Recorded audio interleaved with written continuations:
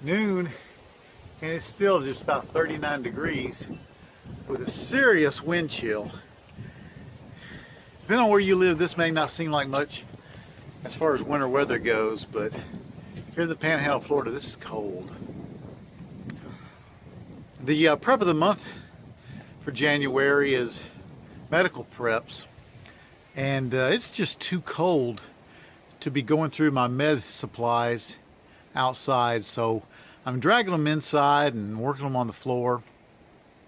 And I'm just going to kind of show some photos of what I'm doing. I'm pulling out every single kit, going through it, replacing some stuff, looking at some expiration dates, and just kind of upgrading everything, taking stock of my mask supplies, reorganizing them.